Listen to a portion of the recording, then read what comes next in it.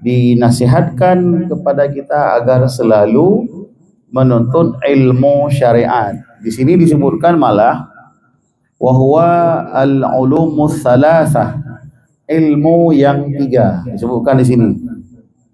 Ini unik ini, sangat luar biasa ini. Disebutkan di sini wa minal wasaya, sebagian daripada wasiat-wasiat adalah ta'allum ilmu syar'i, menuntut ilmu syariat. Wa huwa al-ulumus salasah, ilmu syariat itu yang harus dituntut adalah 3. Salasah berapa? 3. Tastafi berapa? 3. Ini kitab disusun belum ada tastafi, ya kan? Bahkan dengan ulama-ulama kita yang mendirikan tastafi ini jauh.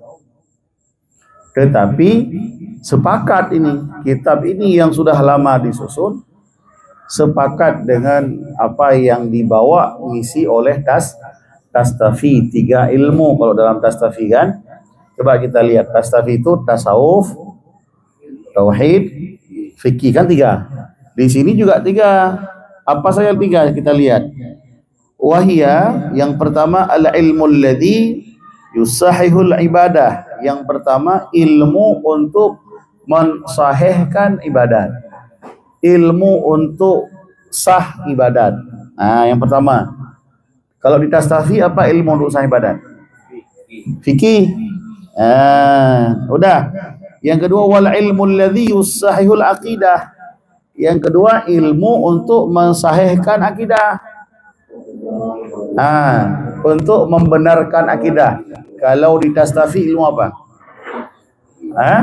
Tauhid. Kemudian wal ilmu alladhi yuslihul qalb. Ilmu untuk membaguskan hati. Ilmu apa? Tasawuf. Ketemu kan? Assalamualaikum warahmatullahi wabarakatuh. Alhamdulillah. Alhamdulillahi rabbil alamin, wassalatu wassalamu ala sayyidina Muhammadin wa ala alihi wa sahbihi ajma'in. Subhanaka la ilma lana illa ma 'allamtana innaka antal alimul hakim. Rabbi shrah li sadri wa yassir li amri wahlul 'uqdatam min lisani yafqahu qawli. Rabbi a'udzu bika min hamazati syayatin wa a'udzu bika rabbi an yahdurun.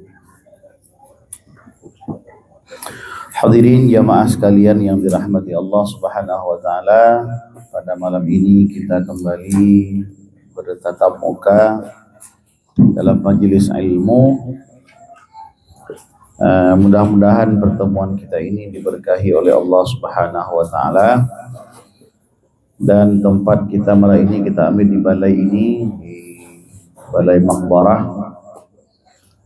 Mudah-mudahan kita yang masih hidup mendapatkan makanan rohani yaitu ilmu, dan untuk almarhum yang telah meninggal juga mudah-mudahan mengalir pahala kebaikan yang kita lakukan. Amin ya rabbal alamin. Baiklah, kita masuki dalam tema kajian kita dalam kitab Kifayatul Asqiya wa Minhajul Asfiya. Kitab ini adalah karangan daripada Syekh Sayyid Bakri Al-Makki. Sayyid Bakri Al-Makki, berarti beliau juga salah satu zuriat Rasulullah. Nama ayahnya Sayyid Muhammad, ya. Sayyid juga, ya, Muhammad Syatadimyati.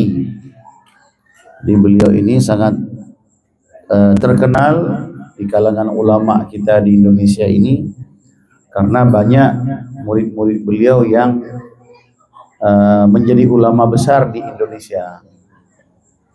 Antara lain salah satunya adalah Kiai Haji Hashim Asy'ari. ya, pendiri NU. Nah, ini adalah murid beliau. Beliau lahir sekitar tahun 1800-an, 1890 ya.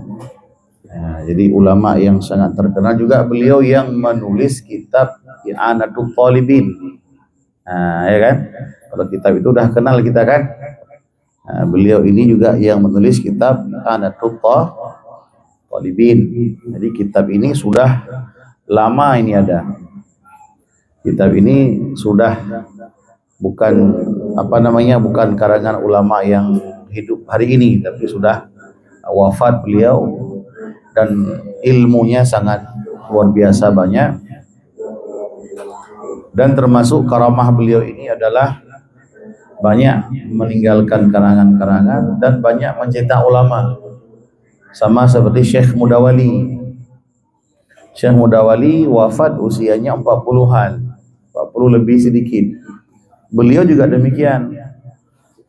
Sayyid Bakri Syatadimyati juga demikian, wafatnya usia 44 tahun.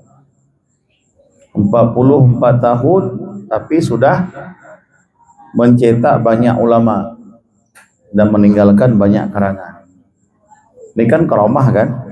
Nah, kalau bukan karena kemuliaan yang Allah berikan, mana mungkin orang muda sudah wafat tapi meninggalkan banyak amal jariah yang selalu mengalir, bahkan amal jariahnya nggak tanggung-tanggung. Itu para ulama. Jadi dalam kitab ini disebutkan ada beberapa nasihat yang paling penting. Di antaranya sudah kita bahas. Yang pertama tentang taubat, ya kan? Taubat udah kita bahas kemarin. Yang kedua tentang bersifat dengan sifat qanaah. Apa itu qanaah? Menerima pemberian Allah yang sedikit. Kemudian yang ketiga zuhud, sifat tidak mencintai dunia. Nah, malam ini kita masuk nasihat yang selanjutnya daripada kitab ini adalah ta'allum ilmi syar'i, menuntut ilmu syariat. Ini nasihat yang selanjutnya, yang keempat. Yang keempat adalah selalu belajar ilmu syariat. Artinya apa? Jangan hanya ngandalkan ya soleh, ngandalkan tidak cinta dunia, ngamalkan zuhud, tapi tidak mau belajar. Perimang-perimang saleh mendeng, itu nggak boleh. Maka dinasihatkan kepada kita agar selalu menuntut ilmu syariat. Di sini disebutkan malah wahwa al-ulumus salasah, ilmu yang 3 disebutkan di sini.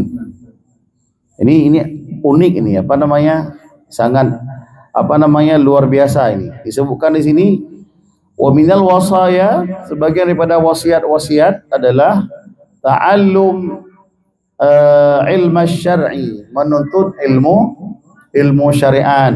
Wa huwa al-ulumus salasah, ilmu syariat itu yang harus dituntut adalah 3. Salasah berapa? 3. Tastafi berapa? 3. Ini kitab disusun belum ada tastafi, ya kan? Bahkan dengan ulama-ulama kita yang mendirikan tastafi ini jauh.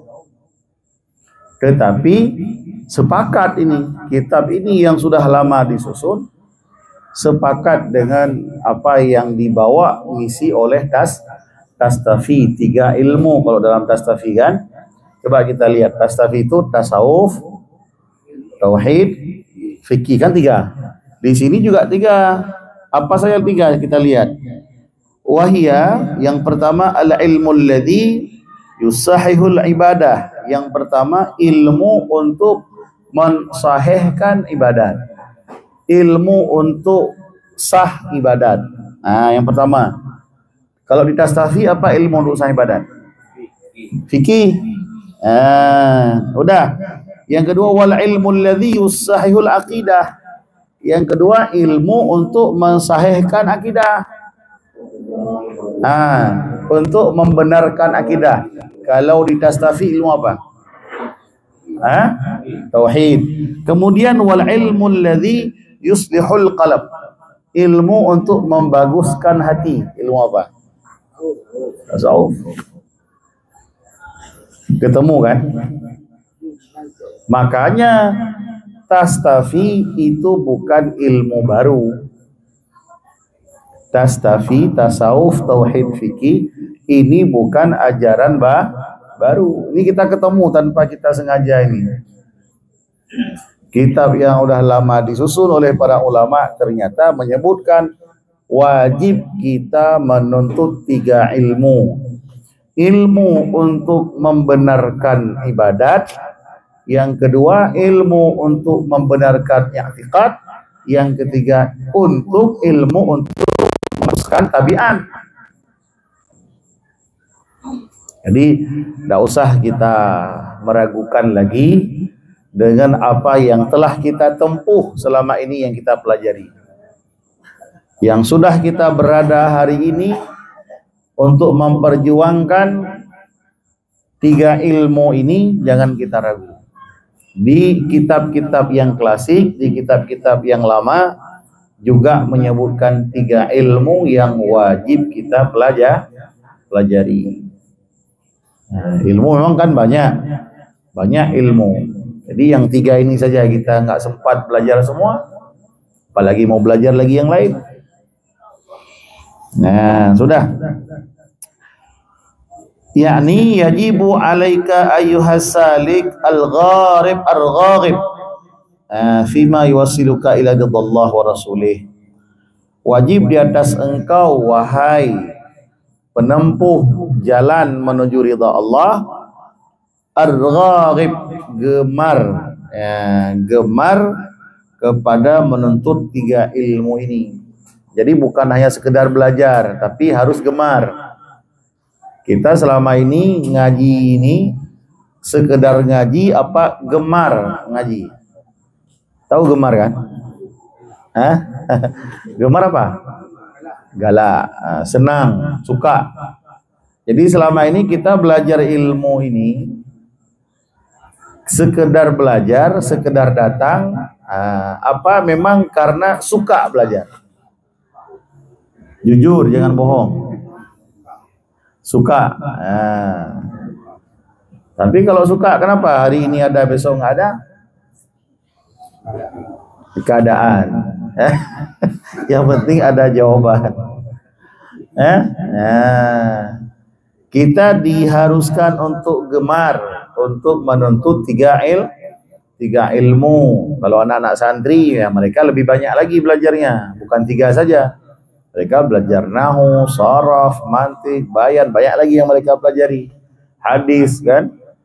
Kalau kita ini sudah karena sudah tidak memungkinkan lagi mempelajari yang banyak, maka 3 ilmu ini wajib kita pelajari. Jadi kita malam ini dapat sebuah sebuah titik temu. Rupanya Tastafi yang diajarkan oleh guru-guru kita ternyata dalam kitab-kitab lama juga demikian diwajibkan kepada kita untuk mempelajari ilmu Tastafi, walaupun dulu tidak disebutkan dengan nama Tastafi. Ini nggak ada nama Tastafi, tapi isinya persis sama. Tidak ada beda, persis sama. Tidak ada disebutkan 4 ilmu atau 2 ilmu, nggak ada, 3 disebutkan. Wa huwa al-ulumus salasah, ilmu yang 3.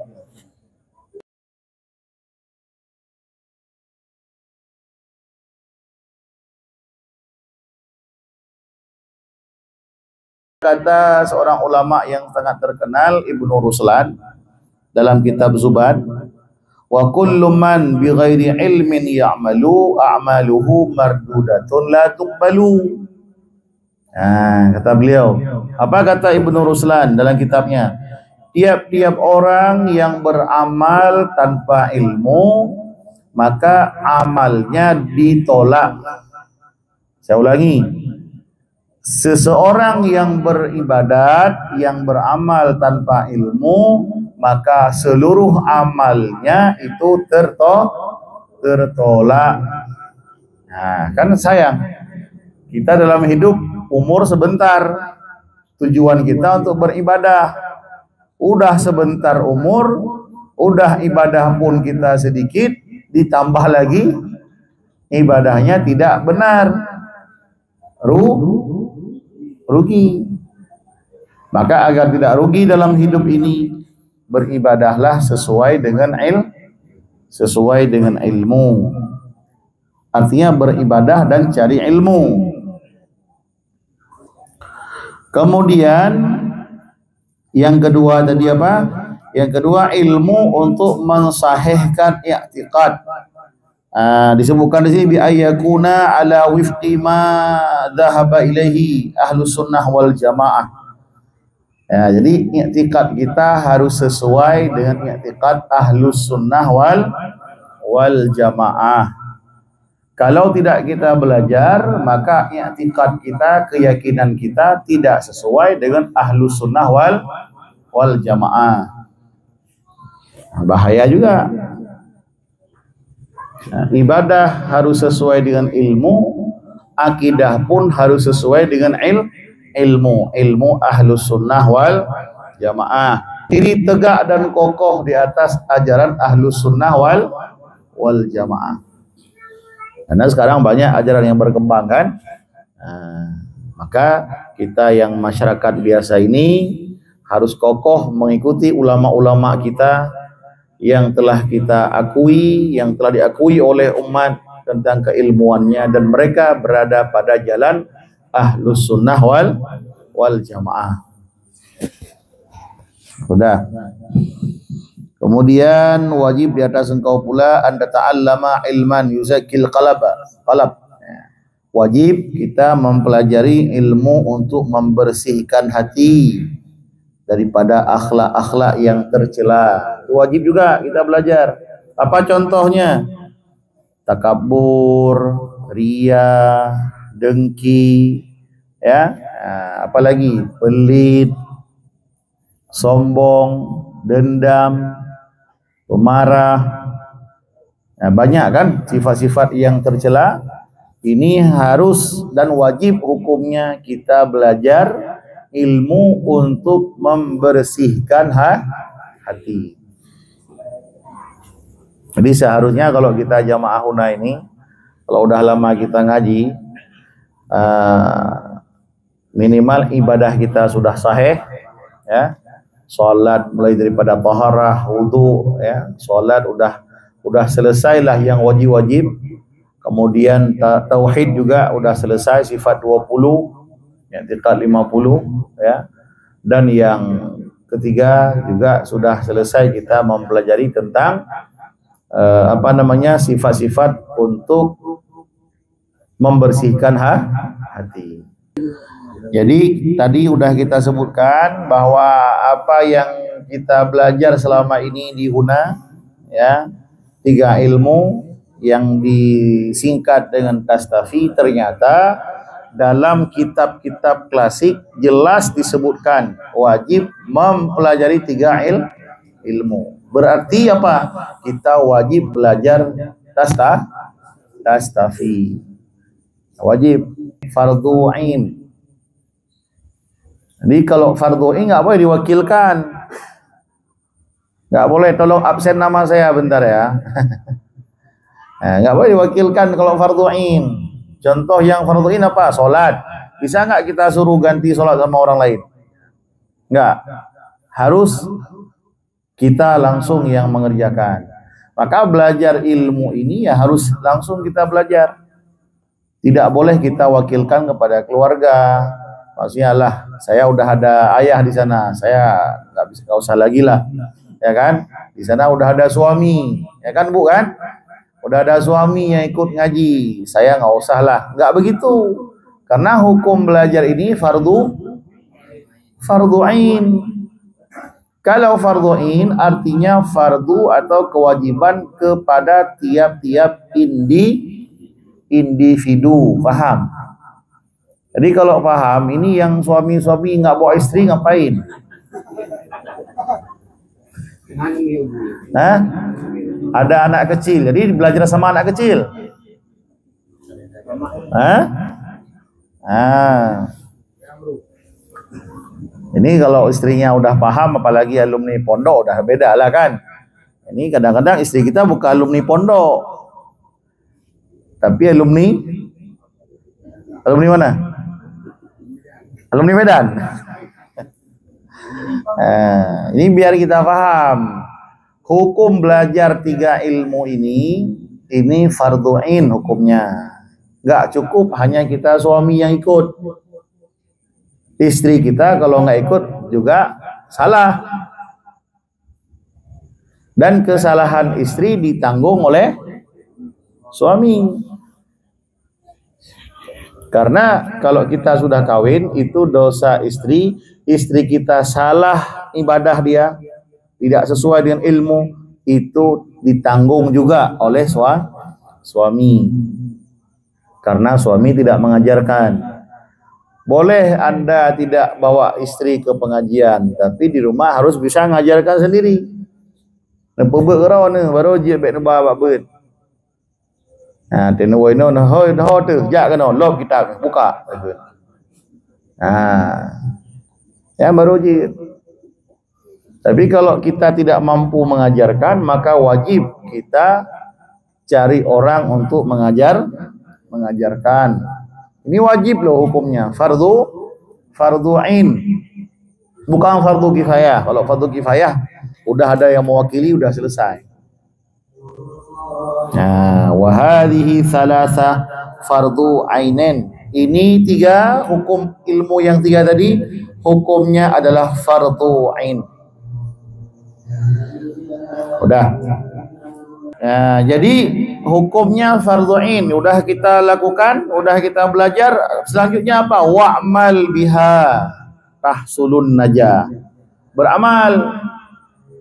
Setelah kita belajar, tahu, selanjutnya amalkan. Jangan kita udah belajar tapi tidak kita amalkan. Ini salah juga. Tahap pertama sebelum tahu, belajar supaya tahu. Setelah tahu, kita amalkan, baru ilmu itu bermanfaat. Kapan ilmu itu bermanfaat? Dikala kita mengamalkan. Kalau tidak diamalkan, maka ilmu tidak bermanfaat. Kita udah tahu misalnya sunat-sunat sebelum wudu apa, sunat-sunat dalam wudu apa, sunat sebelum sholat apa, sunnah dalam sholat apa, dan sebagainya banyak. Udah kita tahu, udah kita belajar dulu kan. Tapi nggak kita amalkan, maka ilmu itu tidak memberikan manfaat kepada kita. Kapan memberi manfaat? Apabila kita mengamalkan. Dan ilmu itu disebutkan adalah dia menarik kawannya. Di saat kita mengamalkan satu ilmu, maka amalan itu akan menarik amalan yang lain. Tapi di saat kita tidak mengamalkan, maka yang lain pun tidak termotivasi, tidak tertarik untuk diamalkan. Maka sedikit yang kita tahu, amalkan. Itu lebih baik daripada banyak kita tahu tapi tidak kita amalkan.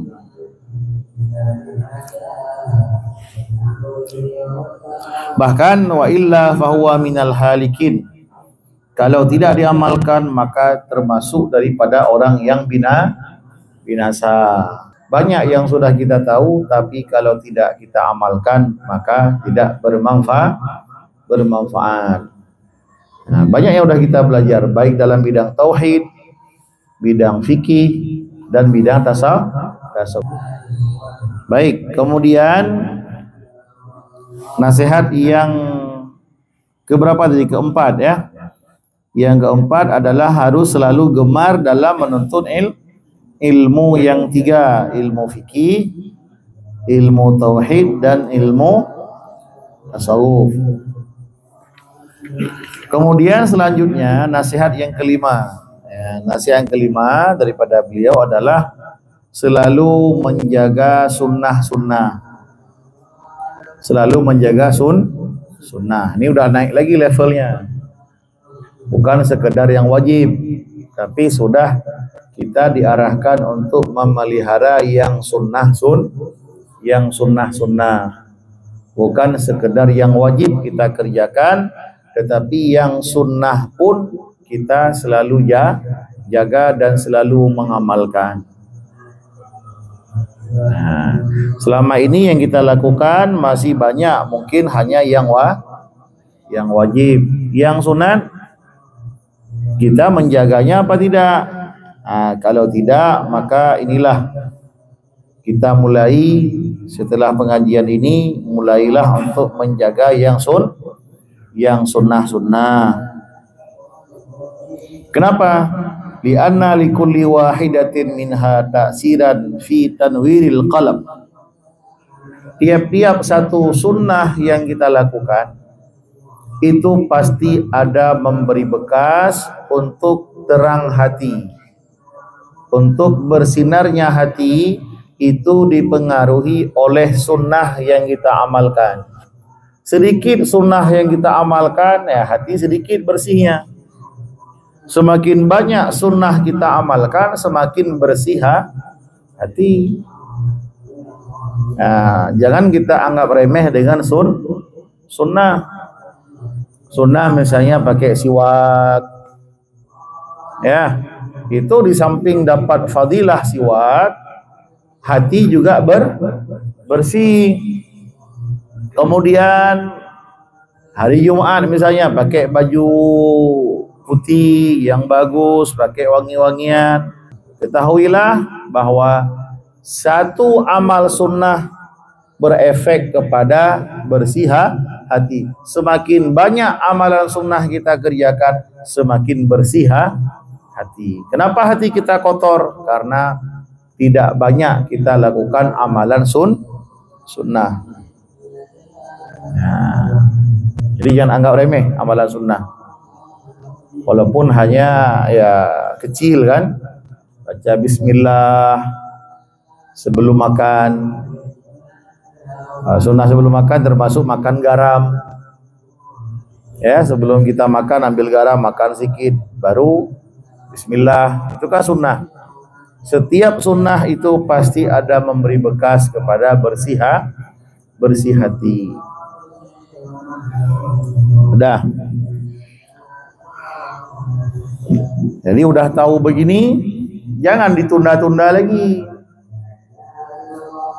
Apa yang udah kita belajar selama ini banyak, lakukan, jangan tunda-tunda. Termasuk dikatakan oleh Imam Ja'far As-Sadiq. Nah, ini Imam Ja'far As-Sadiq ini, beliau adalah anak daripada Muhammad anak daripada Ali Zainal Abidin. Ali Zainal Abidin anak daripada Husain cucu Nabi. Husain anak daripada Ali bin Abi Talib. Jadi Ali bin Abi Talib punya anak Husain, ya kan? Hasan Husain punya anak Husain punya anak siapa? Husain punya anak Ali Zainal Abidin.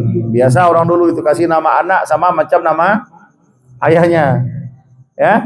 Nah, Husain punya anak Ali Zainal Abidin. Ali Zainal Abidin punya anak Muhammad punya anak Ja'far Shadiq. Apa kata Ja'far Shadiq?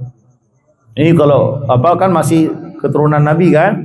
Masih dekat-dekat dengan masa Nabi lah ini. Sekitar tahun 80 Hijriah. Kata beliau, kata Imam Ja'far Shadiq, tidak sempurna amal kebaikan kecuali ada 3. Ya, tidak sempurna amal kebaikan kecuali ada 3 perkara. Apa yang pertama? Menganggap kecil. Setiap amal kebaikan yang kita lakukan, kita anggap itu masih kecil, belum apa-apanya. Baru sempurna kita nambah lagi. Udah sedekah kita berapa? Sekian, walaupun besar yang kita sedekahkan, kita harus anggap kecil. Baru kita nambah lagi. Tapi kalau udah merasa banyak, nggak mau nambah lagi. Ya kan? Maka orang yang udah jarang-jarang sedekah itu tandanya udah merasa udah jarang sedekah, tanda udah merasa banyak sedekahnya, maka nggak mau lagi. Apain lagi, udah banyak kita ke situ. Salatnya dia masih merasa masih sikit, masih yang wajib saja, yang sunat belum. Ada yang sunat, tahajud belum, duha belum. Jadi dia merasa masih sedikit salatnya. Maka dia berupaya untuk meningkatkan. Jamaah masih kurang, dia berusaha meningkatkan. Juga ibadah yang lain, sedekah, bantu orang lain dan sebagainya. Dia merasa masih sedikit dia berbuat, maka dia berpikir bagaimana menambah lagi. Tapi kalau kita udah merasa banyak, apain lagi, udah kita bantu kok. Udah kita bantu tetangga, udah kita kasih anak-anak itu sedekah setiap hari lebaran. Ya. Dia merasa udah banyak berbuat, akhirnya dia nggak terpikir untuk nambah lagi. Maka setiap kebaikan yang kita lakukan jangan merasa sudah besar, jangan merasa sudah banyak. Jadi rasakanlah masih sedikit. Kata siapa itu? Kata Imam Ja'far Shadiq, cucu daripada Imam Ali Zainal Abidin. Yang kedua, apa?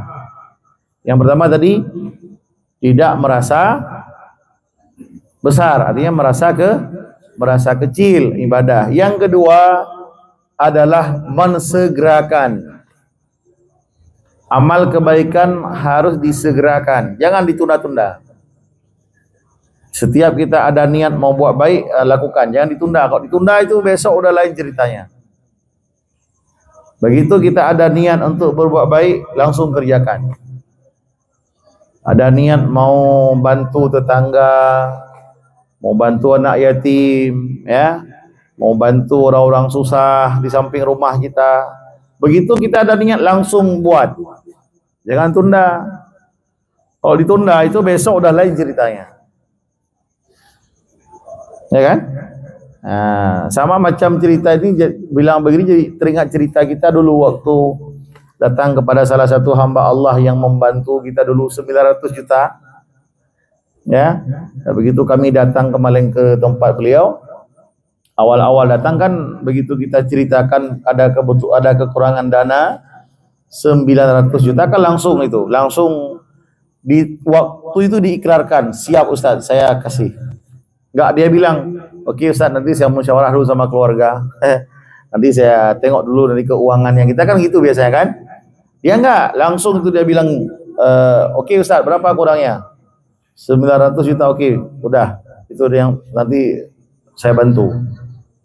Enggak ada, dia bilang, oke Ustaz, nanti saya lihat dulu keuangan di tempat kantor saya gimana. Jadi saya musyawarah dulu dengan karyawan. Kan ini kan bukan uang kecil, uang besar kan itu kan. Kan wajar itu. 900 juta minta tempo kan wajar. Karena kan beliau belum pernah datang kemari. Belum pernah datang.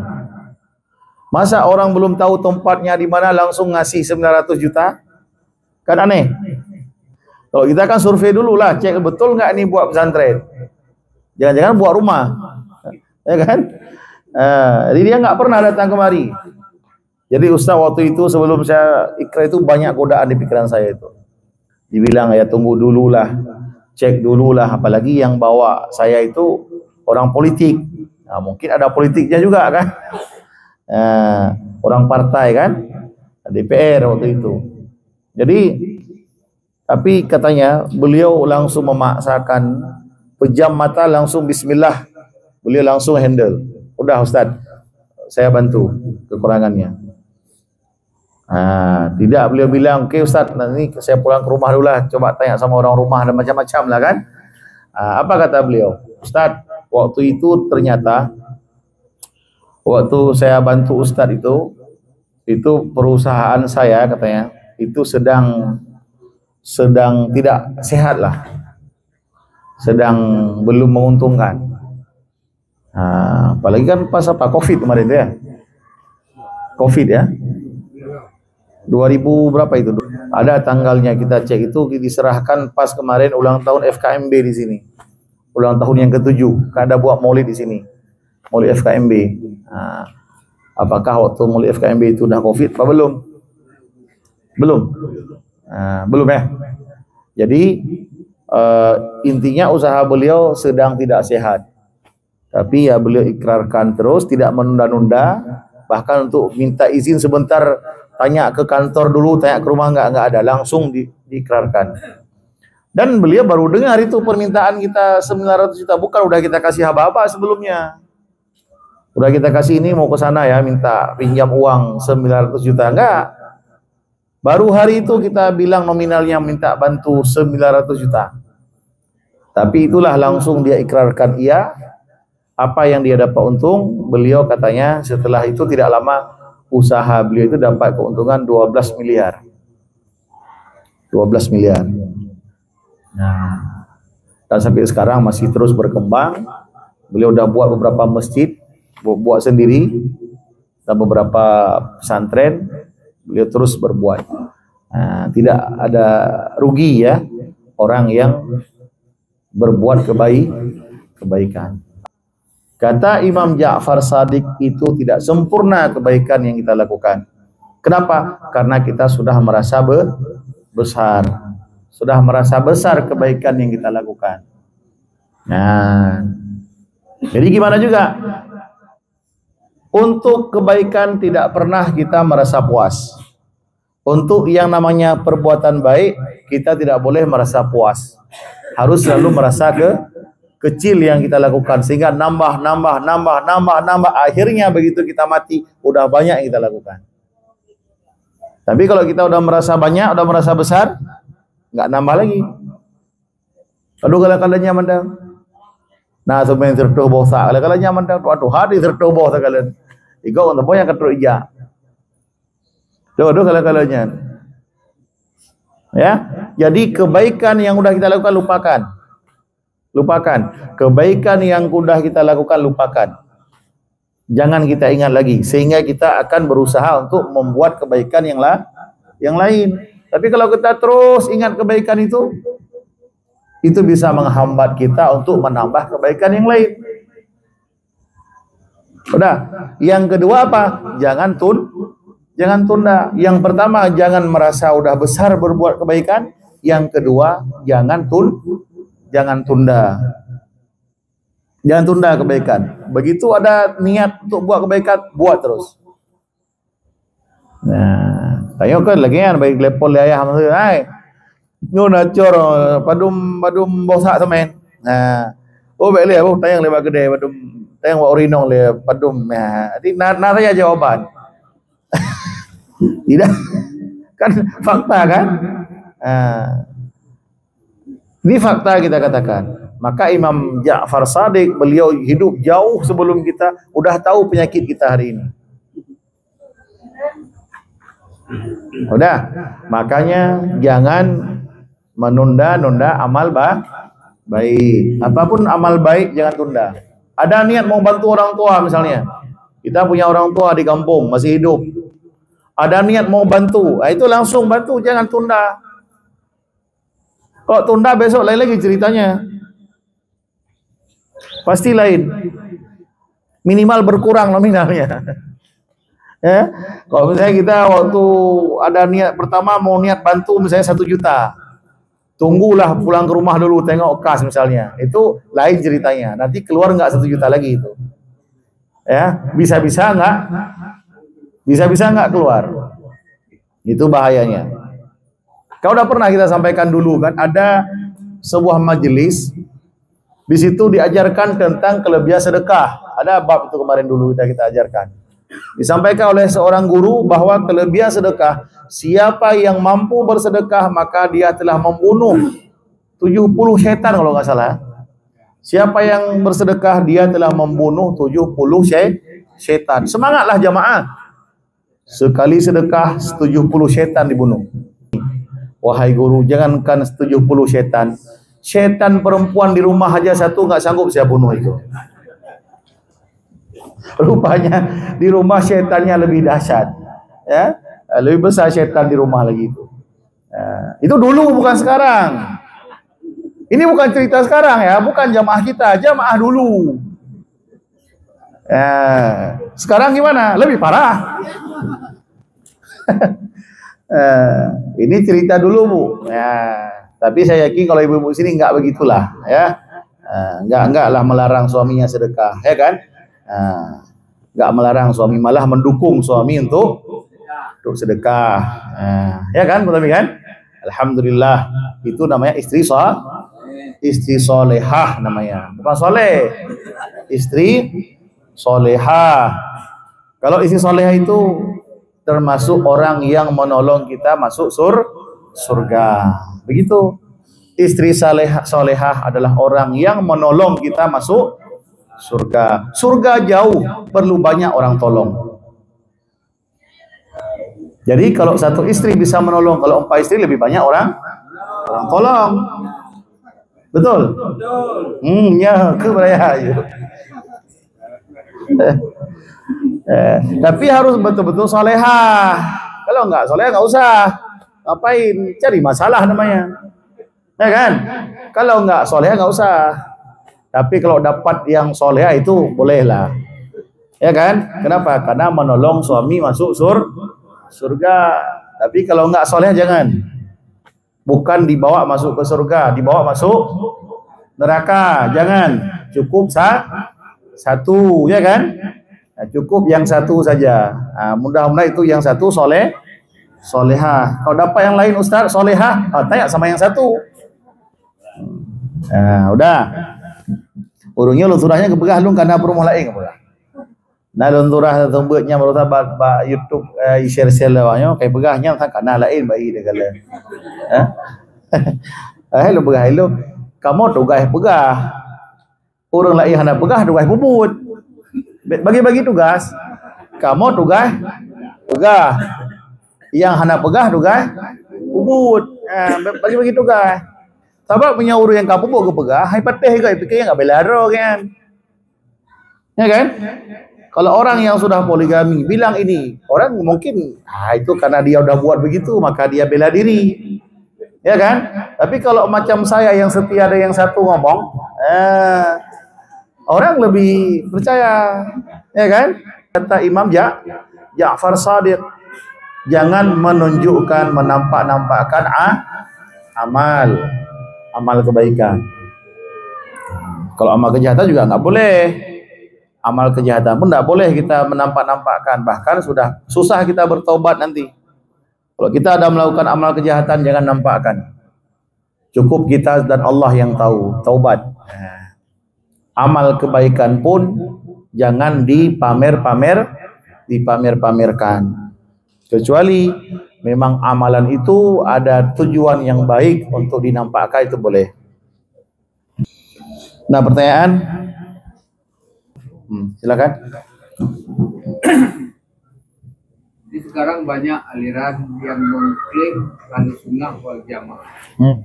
Termasuk contoh Aceh, PDP, kemudian Wahabi, ini yang menguatkan kita Ahlussunnah wal Jamaah. Alasan dia ada kawan tu. Alasan Ahlussunnah gimana? Orang itu juga mengklaim dia. Ya, orang itu juga mengklaim Ahlussunnah wal Jamaah. Ini kan semua berlomba-lomba mengklaim di Ahlussunnah wal Jamaah. Jadi ya kita orang-orang yang awam ini ya ikutlah kepada mayoritas ulama. Ikutlah kepada mayoritas ulama. Mayoritas ulama sekarang yang mana? Yang Ahlussunnah wal Jamaah. Kita tahulah kan, kalau di Indonesia ini yang kelompok mayoritas yang mana? Adapun kelompok yang disebutkan tadi itu kan hanya sebagian kecil mereka, kelompok kecil. Nah, ini kita nggak bahas masalah dalil-dalil ya. Lihatlah kelompok yang mayoritas mana. Adapun kelompok-kelompok itu hanya kelompok minoritas. Ikutlah yang yang mayoritas di antara mereka. Itulah yang ahlu sunnah wal jamaah. Tapi orang itu membawa mazhab empat juga, membawa imam empat juga. Membawa-bawa, tapi mereka nggak mengamalkan itu. Membawa-bawa. Nah, ada hal-hal yang kadang-kadang mereka ya menyandarkan diri kepada Imam Ahmad, tapi di banyak hal mereka tidak mengikuti kepada imam mazhab. Dan yang lebih jelas yang masalahnya adalah dalam bidang akidah. Nah, dalam bidang akidah keyakinan mereka itu berbeda dengan keyakinan dengan ajaran yang disampaikan oleh Imam Asy'ari. Nah, jelas itu dalam akidah. Mereka meyakini Tuhan itu bertempat. Itu adalah kelompok Mujassimah yang mengatakan Allah itu berjisim, bertempat. Dalam akidah Asy'ariyah, ya, Ahlussunnah wal Jamaah enggak begitu. Allah tidak bertempat. Dan mereka meyakini Tuhan itu punya tangan, punya kaki, punya mata, punya telinga, kan? Nah, itu kan kelompok Mujassimah itu, bukan Ahlussunnah. Kalau Ahlussunnah, Allah laisa kamitslihi syai'. Allah tidak sama dengan apapun dan tidak bertempat. Mereka mengatakan Allah di arasy. Mereka bukan Ahlussunnah wal Jamaah. Nah, udah. Wallahu a'lam bishawab, ilaihil masir wal ma'ab. Subhanakallahumma wa bihamdika asyhadu an la ilaha illa anta astaghfiruka wa atubu ilaik. Kitab Kifayatul Azkiya, yang dalam kitab ini disebutkan 3 ilmu yang wajib dipelajari. Inilah kecocokan dengan Tastafi. Kitab ini jauh sudah lama ada, Tastafi belakangan ada, tapi isinya sama. Demikianlah pengajian kita pada malam ini, dan acara Somadiah sudah selesai. Mudah-mudahan kita bertambah ilmu dan bisa kita amalkan, dan doa-doa yang telah kita bacakan diterima oleh Allah Subhanahu wa taala.